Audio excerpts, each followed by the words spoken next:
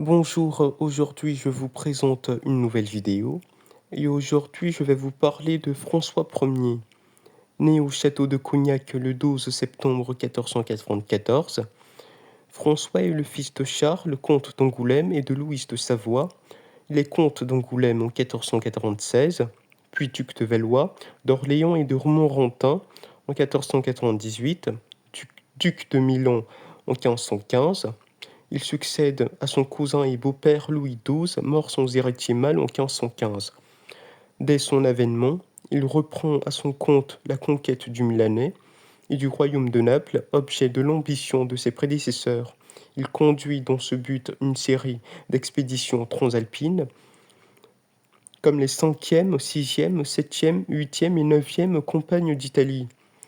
À la bataille de Marignan en 1515, il vaincra les piquiers suisses qui, en signant la paix perpétuelle, ou paix de Fribourg en 1516, s'engagent à ne plus jamais attaquer ni la France ni Milan. Menacé par Charles Quint, empereur germanique, depuis 1519, François Ier cherche une alliance avec l'Angleterre et reçoit Henri VIII. Malgré tout le luxe déployé lors de l'entrevue du comte du Drap d'Or en 1520, celle-ci n'atteint pas le but recherché. Après la défaite de Pavie en 1525, François Ier est emprisonné à l'Alcazar de Madrid et doit se résigner à signer le traité de Madrid en 1526. La France abandonne donc la Bourgogne et tourne à l'Espagne, ainsi que la Ligue de Cognac en 1526.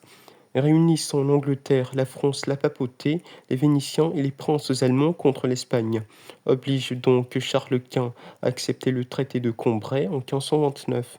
La France reprend la Bourgogne, Boulogne et les grandes villes de la Somme, mais renonce à ses droits sur Milan et Naples, tandis que les princes sont libérés contre rançon. Pendant le règne de François Ier, l'armée est réformée et un corps d'infanterie est créé en 1534. On recrute pour celui-ci des soldats parmi les civils du royaume, essentiellement parmi les paysans. Ces troupes nationales s'avèrent moins coûteuses et surtout plus loyales que celles jusqu'alors composées de mercenaires étrangers dont l'attachement n'était jamais totalement garanti. La même année, Jacques Cartier s'embarque pour explorer l'Amérique du Nord. Dans le domaine de la culture, l'œuvre de François Ier sera exceptionnelle. Protecteur des arts, il encourage les initiatives de la Renaissance et protège artistes, musiciens, poètes, humanistes comme Budet, Marot, Ronsard, Léonard de Vinci, le primatiste et Benvenuto Cellini. Grand collectionneur, il leur commande de nombreuses œuvres et en reçoit d'autres offertes par des courtisans ou des souverains étrangers. Dans les collections royales conservées en partie à Fontainebleau, on trouve ainsi des tableaux aujourd'hui célèbres tels ceux de Léonard de Vinci et de Raphaël, ainsi que de multiples autres œuvres. Pour briser le monopole de la Sorbonne, trop conservatrice à son goût, François Ier fonde en 1530 un collège, le futur Collège de France, des lecteurs royaux payés par le trésor royal, y enseigne l'hébreu et le grec, les mathématiques et la médecine, la rhétorique et la philosophie. L'intérêt du roi pour la littérature et plus généralement pour l'écrit est tel que, par l'édit de Montpellier en 1537, il prescrit aux imprimeurs de lui remettre un exemplaire de tout ouvrage publié. Ainsi est donc institué en quelque sorte notre actuel dépôt légal. La bibliothèque royale s'enrichit aussi par l'achat de nombreux textes antiques qui sont traduits en français pour être plus facilement accessibles, et surtout en promulguant l'édit de Villers-Cotterêts en 1539, le roi exige que tous les actes administratifs et les textes officiels soient rédigés en français et non plus en latin comme auparavant, de façon à ce que chacun puisse les comprendre. François Ier se montre aussi un bâtisseur ambitieux.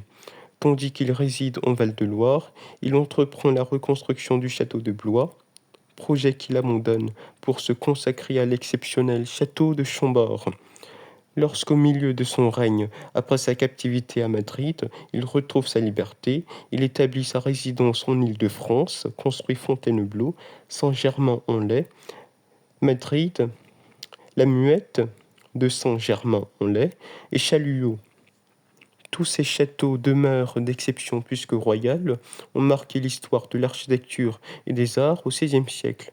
Consolidant l'absolutisme, François Ier réunit à la couronne le comté d'Angoulême en 1515, le duché de Bourbonnais et les comtés d'Auvergne, de Clermont, de Forez, de Beaujolais, de la Marche en 1523, le duché d'Alençon, les comtés du Perche, d'Armagnac, du Rouergue en 1525, et enfin le Dauphiné et l'Auvergne en 1531. François Ier meurt au château de Rambouillet le 31 mars 1547.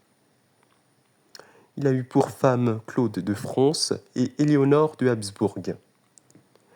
Merci beaucoup d'avoir regardé cette nouvelle vidéo. N'hésitez pas à liker, commenter, partager et à vous abonner. Et on se retrouve alors pour une nouvelle vidéo. À la prochaine.